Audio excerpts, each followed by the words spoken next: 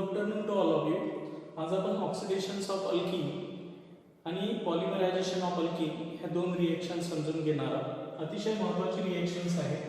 बघा, आपण ऑक्सिडेशन्स ऑफ अल्कीनचं ऑक्सिडेशन्स करणार आहोत आणि ऑक्सिडेशन्स अल्कीनचं दोन कंडिशन्समध्ये करणार आहोत. एक अनसॅच्युरेटेड कंपाऊंड ओळखण्याची टेस्ट आहे, ज्याला आपण बेअर्स रिएजंट टेस्ट म्हणतो.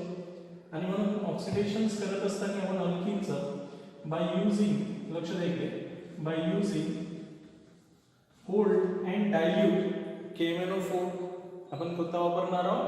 कोल्ड अँड डायल्यूट KMnO4 हा एक वापरणार आहोत ऑक्सिडायझिंग एजंट. याला आपण बेअर्स रिएजंट म्हणत असतो. काय म्हणतो याला? बेअर्स रिएजंट्स म्हणतो. तर ही टेस्ट आहे ऍक्च्युअली बेअर्स रिएजंट टेस्ट. याला आपण बेअर्स रिएजंट म्हणतो आणि it is the test for detection of unsaturation in aliphatic compounds. Aromatic compounds ही टेस्ट देणार नाही, ठीक आहे. आणि दुसरं जो आपण वापरणार आहोत बाय युझिंग, ऑक्सिडेशनच करणार आहोत पण बाय युझिंग कॉन्सन्ट्रेटेड KMnO4. कोणता वापरणार आहोत? कॉन्सन्ट्रेटेड KMnO4 म्हणा, कॉन्सन्ट्रेटेड KMnO4 किंवा ऍसिडिफाईड KMnO4. म्हणजे ऍसिडिक कंडिशन्स मध्ये आपण KMnO4 ची रिएक्शन्स करणार आहोत. तसे दोन डिफरंट टाईपचे ऑक्सिडेशन्स रिएक्शन्स आपण स्टडी करणार आहोत. कोणासोबत? अल्कीन सोबत. तर सर्वात पहिले आपण जी ऑक्सिडेशन्स करणार आहोत, पहिला ऑक्सिडायझिंग रिएजंट वापरून तो आहे बाय युझिंग, बघा लक्ष ठेवायचं आहे, by using cold and dilute KMnO4 हा वापरणार आहोत. कोल्ड आणि डायल्यूट KMnO4 जर आपण ऑक्सिडायझिंग एजंट वापरला, यालाच आपण बेअर्स रिएजंट्स म्हणत असतो. आणि ही टेस्ट आहे to detect the unsaturation in aliphatic compounds, ठीक आहे. तर जर आपण अल्कीन घेतला आणि या अल्कीनची reactions when alkene is reacted with, जर आपण अल्कीन काय केलं? Reacted with cold and dilute KMnO4. कोणासोबत? Cold and dilute KMnO4. Cold and dilute KMnO4 सोबत जर आपण यांची रिएक्शन्स केली आहे की नाही, तर वी गेट आपल्याला काय भेटते? विसिनल डाय अल्कोहोल भेटते. काय भेटते? We get vicinal di alcohol. Vicinal di alcohol त्यालाच आपण काय म्हणतो? ग्लायकॉल. काय भेटते आपल्याला? ग्लायकॉल किंवा डायऑल तयार होत असते, आहे ना. And the colour of pink, जो पिंक कलर असतो कशाचा?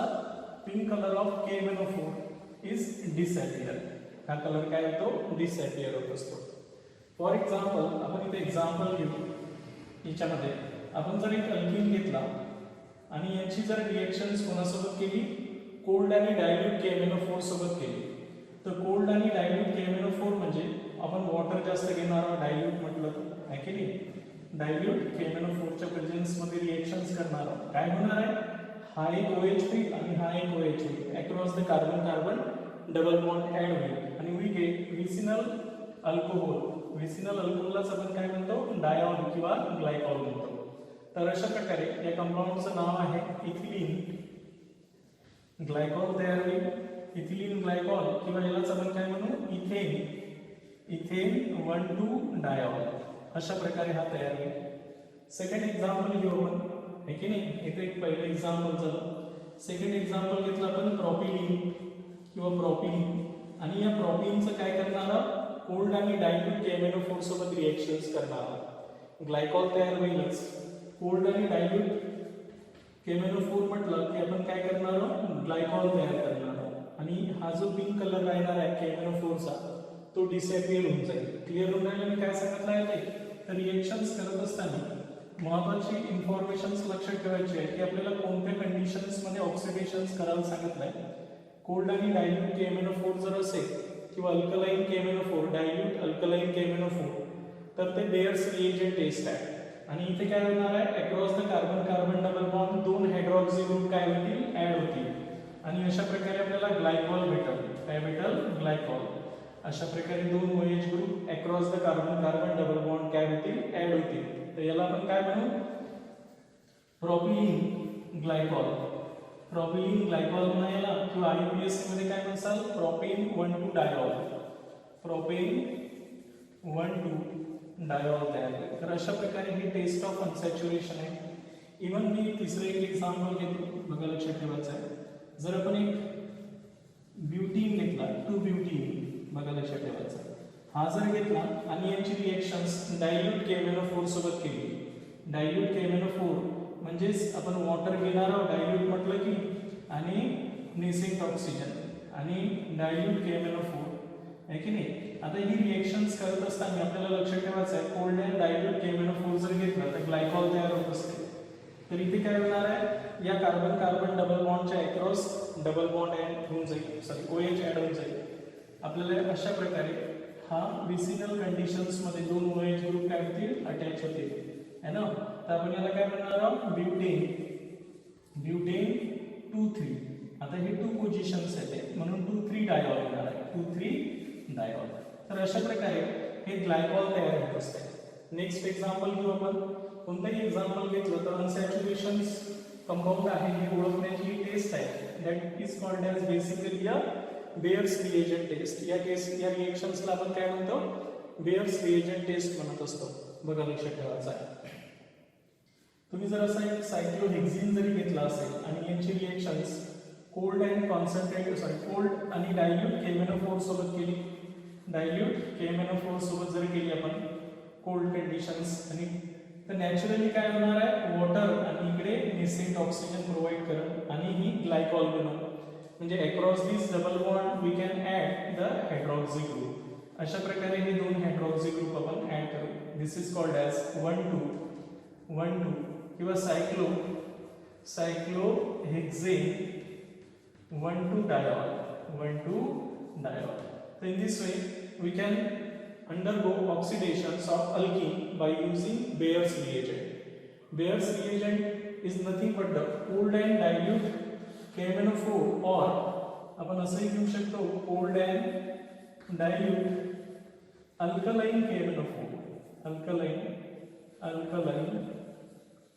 dilute KMnO4 हा जर घेतला तर that is a pink color solution called as Bayer's reagent.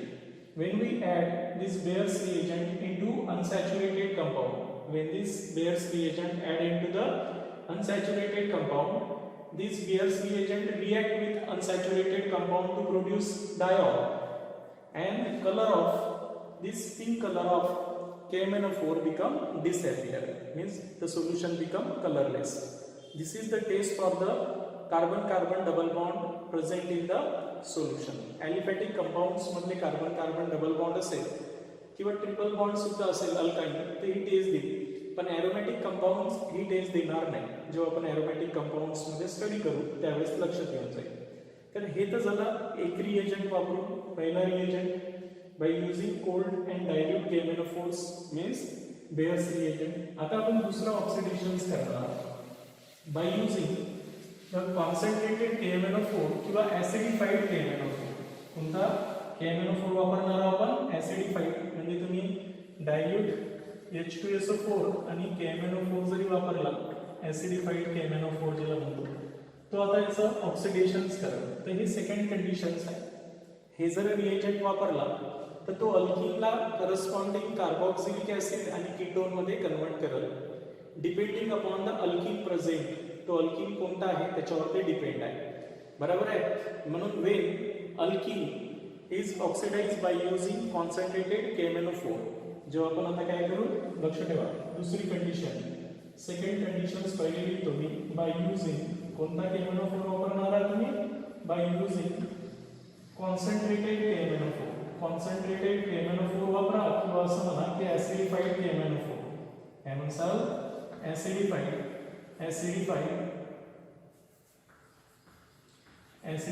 KMnO4. हा वाला KMnO4 जर वापरला तर हा अल्किनला ऑक्सिडाइजच करेल, पण हा ऑक्सिडाइज कशात करेल corresponding carboxylic acid and ketone depend upon the alkene. तो कोणता अल्किन आहे त्याच्यावर ते डिपेंड आहे. आणि म्हणून Wien alkene is oxidised by using concentrated KMnO4. बघा इकडे लक्ष ठेवा. अल्किन जर आपण काय केला, ऑक्सिडाइज केला, alkene is oxidise by using, जर आपण by using concentrated KMnO4, concentrated KMnO4 किंवा ऍसिडिफाईड KMnO4 सोबत जर आपण याला काय केलं, ऑक्सिडाइज केलं, it oxidise into corresponding carboxylic acid. एक तर तो कार्बोक्सिलिक ऍसिड मध्ये कन्वर्ट होईल, बघा लक्षात ठेवायचं आहे, एक तर तो करस्पॉन्डिंग कार्बोक्सिलिक ऍसिड मध्ये कन्वर्ट होईल और करस्पॉन्डिंग कीटोन मध्ये कन्वर्ट होईल, कीटोन मध्ये कन्वर्ट होईल. That is depend upon the type of alkyne. हे डिपेंड आहे की कोणत्या टाईपचा अल्किन असेल. आता if terminal alkynes is there, जर तो कोणता असेल, टर्मिनल अल्किन असेल, तर टर्मिनल अल्किन मध्ये ऍसिड कोणता तयार होणार आहे, फॉर्मिक ऍसिड तयार होणार आहे. Then formic acid is form, formic acid is form. हे जे फॉर्मिक ऍसिड तयार होईल विच इज रेडिली डिकम्पोज, तो रेडिली डिकम्पोज होईल म्हणजे त्याचं फर्दर ऑक्सिडेशन होईल into carbon dioxide and water. त्याच्यामुळे आता आपण एक्झाम्पल घेतल्यावर क्लिअर होऊन जाईल तुम्हाला. जर आपण एक्झाम्पल घेऊ, सर्वात पहिलं जे एक्झाम्पल घेतो मी ते नॉन टर्मिनल अल्किन्स घेतो पहिल्यांदा. फॉर एक्झाम्पल मी जर एक एक्झाम्पल घेतलं या प्रकारचं, डबल बॉन्ड CH3, काय नाव आहे याचं, ब्यूट 2En, ब्यूट 2En किंवा बीटा ब्युटिलिन म्हणत असतो आपण याला.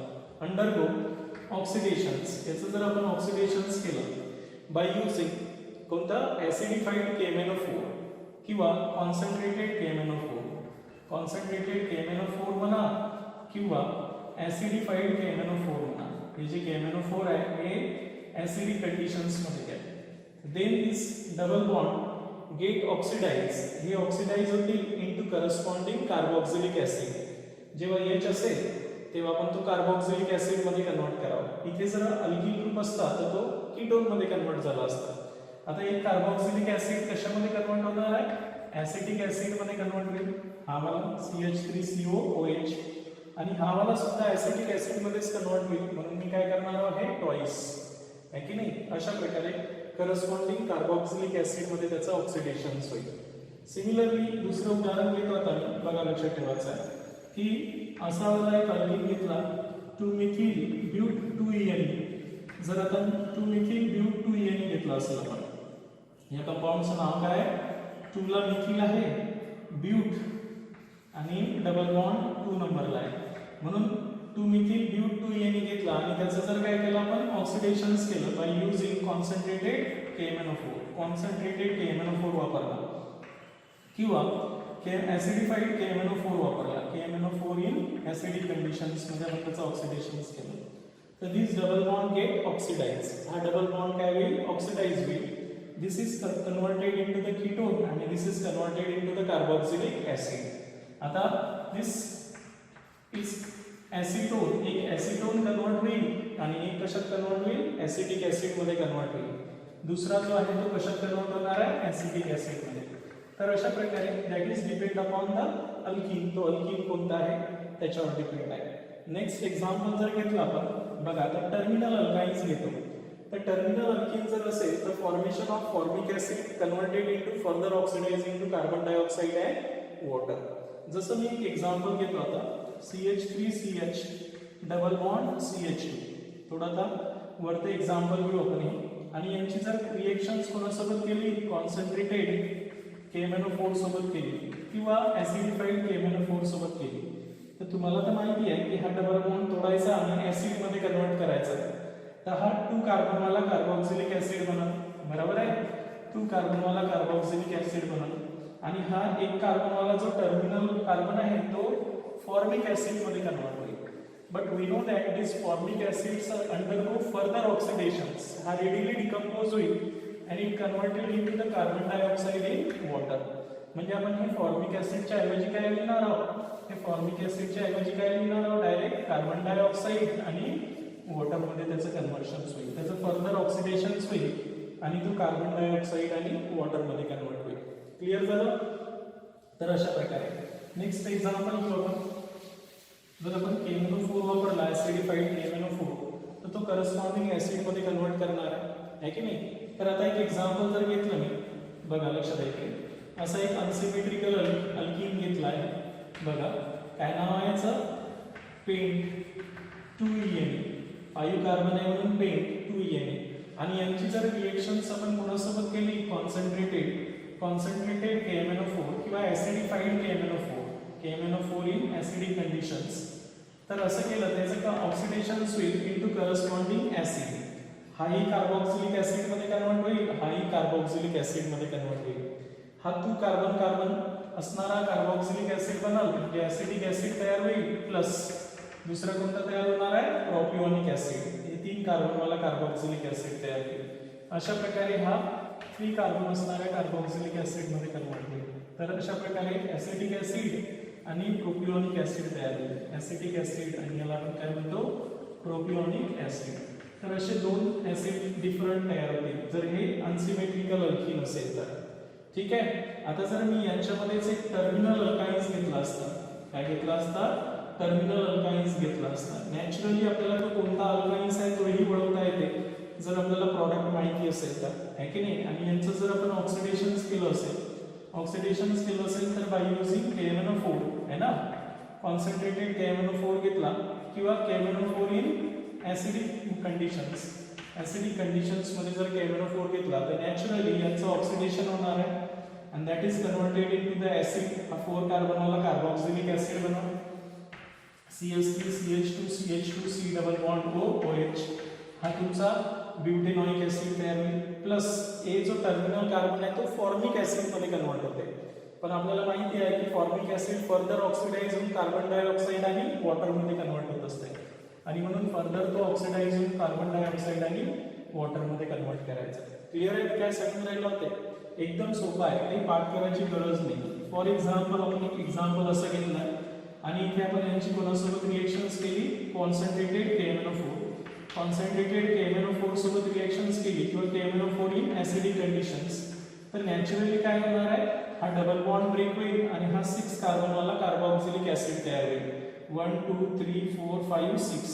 म्हणून मी काय करतो 1 1 2 2 3 असं एक कार्बोक्सिलिक ऍसिड बनल. 1 2 3 4 5 6 1 2 3 4 5 6 असा हा कार्बोक्सिलिक ऍसिड मध्ये कन्वर्ट होईल आणि हा सुद्धा कार्बोक्सिलिक ऍसिड मध्ये कन्वर्ट होईल. तर अशा प्रकारे हे जो आहे आपल्याला, तर याला आपण काय म्हणत असतो एडिपिक ऍसिड. काय म्हणतो एडिपिक ऍसिड. बघा लक्षात ठेवायचं आहे 6 कार्बन वाला कार्बोक्सिलिक जो ऍसिड आहे adipic acid, it is used for the preparations of polymers. हा पॉलिमर तयार करण्यासाठी एडिपिक ऍसिड हा मोनोमर वापरला जात असते. इथपर्यंत लक्षात येऊन राहिलं मी काय सांगितलं आहे ते? म्हणजे बेसिकली तुम्हाला या 2 रिएक्शन्स मधला डिफरन्स लक्षात आला पाहिजे. बेयर्स रिएजंट कोणता आहे आणि दुसरी ऑक्सिडेशन साठी KMnO4 आपण कोणता ऑक्सिडायझिंग एजंट वापरत असतो, है ना. तर मग मी जर एक क्वेश्चन दिला तुम्हाला तर तुमच्या पटकन लक्षात आलं पाहिजे की ते कोणते प्रॉडक्ट तयार होणार आहे. सपोज एक एक्झाम्पल असं असेल आणि या एक्झाम्पल मध्ये हा डबल बॉन्ड दिलेला आहे आणि इथे आपण कंडिशन्स 2 अप्लाय केल्या. बघा लक्षात ठेवायचं, तर आपल्याला पटकन लक्षात आलं पाहिजे की कोणता प्रॉडक्ट कोणत्या वेळेस तयार होईल, है ना. इथे जर मी डायल्यूट KMnO4 वापरलं असतं, बघा कोल्ड आणि डायल्यूट KMnO4 वापरलं असतं किंवा अल्कलाईन डायल्यूट KMnO4 वापरलं असतं आणि इथे काय वापरलं असतं कॉन्सन्ट्रेटेड KMnO4 वापरलं असतं किंवा ऍसिडिफाईड KMnO4 वापरला असता. KMnO4 in acidic conditions. याचा डिफरंट आहे. हे कोणता आहे बेयर्स रिएजंट आहे आणि बेयर्स रिएजंट्स पासून काय तयार होत असते ग्लायकॉल तयार होत असते. काय तयार होत असते ग्लायकॉल तयार होत असते. आणि म्हणून यांचं जे आन्सर येणार आहे कोल्ड आणि डायल्यूट KMnO4 जर वापरला आपण तर आपल्याला काय भेटेल असा ग्लायकॉल भेटेल म्हणजे डायहायड्रॉक्सी अल्कोहोल भेटेल. बरोबर आहे. And that in colour become disappear. Here by using alkyne and concentrated KMnO4 they undergo oxidize. हा या डबल बॉन्डला ब्रेक करल आणि ऑक्सिडाइज करल into the corresponding carboxylic acid. है की नाही 6 कार्बन वाला कार्बोक्सिलिक ऍसिड तयार होईल. अशा प्रकारे हा कार्बोक्सिलिक ऍसिड मध्ये कन्वर्ट होईल. तर this is the basic difference between this 2 reactions, 2 oxidising agents. ठीक आहे. म्हणजे हे तुमच्या लक्षात आलं पाहिजे की आपण बेयर्स रिएजंट वापरला की स्ट्रॉंग ऑक्सिडायझिंग एजंट वापरलाय. ते oxidise alkyne into corresponding carboxylic acid. इथपर्यंत सर्वांच्या लक्षात आलं असेल. तर लास्ट रिएक्शन्स अल्कीन मधली कोणती आहे आता पॉलिमरायझेशन्स. बघा नेक्स्ट रिएक्शन्स पाहणार होता पॉलिमरायझेशन्स. एकदम सोपा आहे, काही पाठ करायची गरज नाही आहे. बघा पॉलिमरायझेशन सिंपल पार्ट आहे. Polymerisation reactions in alkene, polymerisation reactions in alkenes. Alkenes मधली पॉलिमरायझेशन रिएक्शन्स पाहणार आहोत. आता पॉलिमरायझेशन्स म्हणजे काय? The process in which these smaller molecule is converted into the polymers, म्हणजे monomers are converted into the polymers is called as polymerizations. The process ही एक process आहे. the process in which monomers म्हणजे छोटे वाले units, monomers are converted into polymers. कशामध्ये? Polymers मध्ये, आहे की नाही? पॉलिमर्स म्हणजे हायर मॉलिक्युलर वेट कंपाऊंड असणारे, converted into polymers is known as polymerisations. याला काय म्हणतो आपण? पॉलिमरायझेशन्स. बरं लक्षात ठेवायचं आहे. तर हे जे मोनोमर असतात म्हणजे छोटे छोटे युनिट असतात, तर हे मोनोमर्स आपण जे छोटा युनिट असते ज्याच्यापासून पॉलिमर्स तयार होत असते, ते एन नंबर ऑफ मोनोमर्स जेव्हा जॉईंट होते आणि काय बनवते? पॉलिमर्स बनवतात, आहे की नाही? तर that phenomena is called as polymerisations. या फिनॉमिनालाच काय म्हणत असतो? Polymerisations. This polymerisation may be addition polymerisation or condensation polymerisations. आता आपण इथिलीन पासून कोणता पॉलिमर्स तयार करणार आहोत? पॉलिइथिलीन. काय तयार करणार आहोत? पॉलिइथिलीन म्हणतात त्याला, किंवा पॉलिथीन सुद्धा म्हणू शकता तुम्ही. पॉलिथीन सुद्धा म्हणू शकतात. Polythene is the IUPAC name and this is the common name. Poly means large ethylene molecules. खूप सारे इथिलीन मॉलिक्यूल यांच्यामध्ये राहणार आहे. तर तुम्ही जर इथिलीन मॉलिक्युल्स घेतला, आपण जे प्लॅस्टिकची बॅग, प्लॅस्टिकची बॉटल्स, प्लॅस्टिकचे टॉईज मी बनवतो, हे पॉलिथीन पासून बनवत असतो, म्हणजे इथिलीन पासून बनवत असतो. आता हे इथिलीनचे करोडो मॉलिक्यूल जर घेतले आपण आणि यांचं पॉलिमरायझेशन केलं आपण in the presence of catalyst. आता कॅटलिस्ट डिफरंट आहेत, ते डिपेंड असते की कोणत्या टाईपचं पॉलिमरायझेशन होणार आहे. कॅटलिस्ट ॲट हाय टेम्परेचर, खूप जास्त टेम्परेचरला, at high temperature and high pressure, खूप जास्त प्रेशरला हे रिएक्शन्स केल्या जात असतात, आहे की नाही? आणि वी गेट पॉलिइथिलीन. आता हे करोडो मॉलिक्यूल एकमेकांसोबत जॉईंट होतील म्हणून आपण यांना एन टाइम्स लिहितो. हा डबल बॉन्ड ब्रेक होऊन जाईल आणि लाखो मॉलिक्यूल एकमेकांना असे जॉईंट होतील by repeating unit, that is called as polyethylene. याला काय म्हणतो आपण? पॉलिइथिलीन. तर this is the polymerisation process. हे पॉलिमरायझेशन प्रोसेस आहे. यामध्ये हे जे पॉलिथीन आहे ते दोन प्रकारचे असतात, बघा लक्षात ठेवायचं आहे. एक लो डेन्सिटी पॉलिइथिलीन असते आणि एक हाय डेन्सिटी पॉलिइथिलीन असते. तर हे लो डेन्सिटी पॉलिइथिलीन म्हणजे ब्रँच पॉलिमर्स असतो. काय असतो? ब्रँच पॉलिमर्स असतो. लक्षात ठेवा, काय असते? ब्रँच पॉलिमर्स आहे आणि म्हणून याची डेन्सिटी कमी असते. वेरॅज लो डेन्सिटी पॉलिथीन जो असतो तो लिनियर पॉलिमर्स असतो. काय असतो? लिनियर पॉलिमर्स असतो आणि त्याच्यामुळं हा पॉलिमर्स आपला लिनियर पॉलिमर्स असल्यामुळं हा याची डेन्सिटी काय राहते? हाय डेन्सिटी राहते. कॉम्पॅक्ट अरेंजमेंट होतील पॉलिमरिक मॉलिक्युलची. आता हे जे पॉलिमर्स आहे हाय डेन्सिटी पॉलिथीन जर आपण तयार करायचं असेल तर इथे कॅटलिस्ट वेगवेगळे घ्यायला लागत असते. लो डेन्सिटी पॉलिइथिलीन जर असेल तर आपण परऑक्साईडच्या प्रेझेन्समध्ये करत असतो, in the presence of peroxide. Peroxide म्हणजे these are the oxidise peroxide linkage, असा परऑक्साईड असणारा कंपाऊंड. आणि हे जर हाय डेन्सिटी पॉलिइथिलीन तयार करायचं असेल तर बेसिकली आपण झिग्लर-नाटा कॅटलिस्ट घेत असतो. काय असते? झिग्लर-नाटा कॅटलिस्ट वापरत असतो. कॅटलिस्ट बदलत असते, बघा लक्षात ठेवायचं आहे दोन्ही पॉलिमरायझेशन मध्ये. कॅटलिस्ट झिग्लर-नाटा कॅटलिस्ट म्हणजे कोणता आहे? Triethyl aluminium plus titanium tetrachloride is called as Ziegler-Natta catalyst. This is the polymerization process occurring in alkene. Alkene मध्ये आपण इथिलीन पासून पॉलिइथिलीन तयार करतो.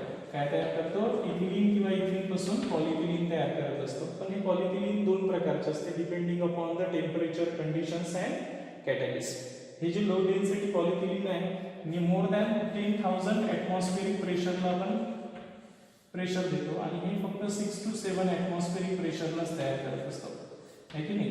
तर अशा प्रकारे हे फरक आहे पॉलिमरायझेशन्स मध्ये. तर इथे कॅटलिस्ट आपण लो डेन्सिटी पॉलिथीन जो असतो तो ब्रँच असतो, म्हणतातच ब्रँचिंग तयार होते. आणि असं झाल्यामुळे त्याची डेन्सिटी कमी असते. आणि तसाच एक हाय डेन्सिटी पॉलिथिन जो असतो तो लिनियर असतो, त्याच्यामुळे त्याची डेन्सिटी जास्त असते. त्यासाठी कॅटॅलिस्ट वेगळा वापरतो आपण आणि कंडिशनही वेगळी वापरत असतो. तर अशा प्रकारे हे सिंपल अल्किन मधल्या पॉलिमरायझेशनची प्रोसेस आहे. तर इथे आपल्या मॅक्झिमम अल्किन मधल्या रिएक्शन संपल्या. आता आपण अल्काइन्सवर प्रोसीड करू.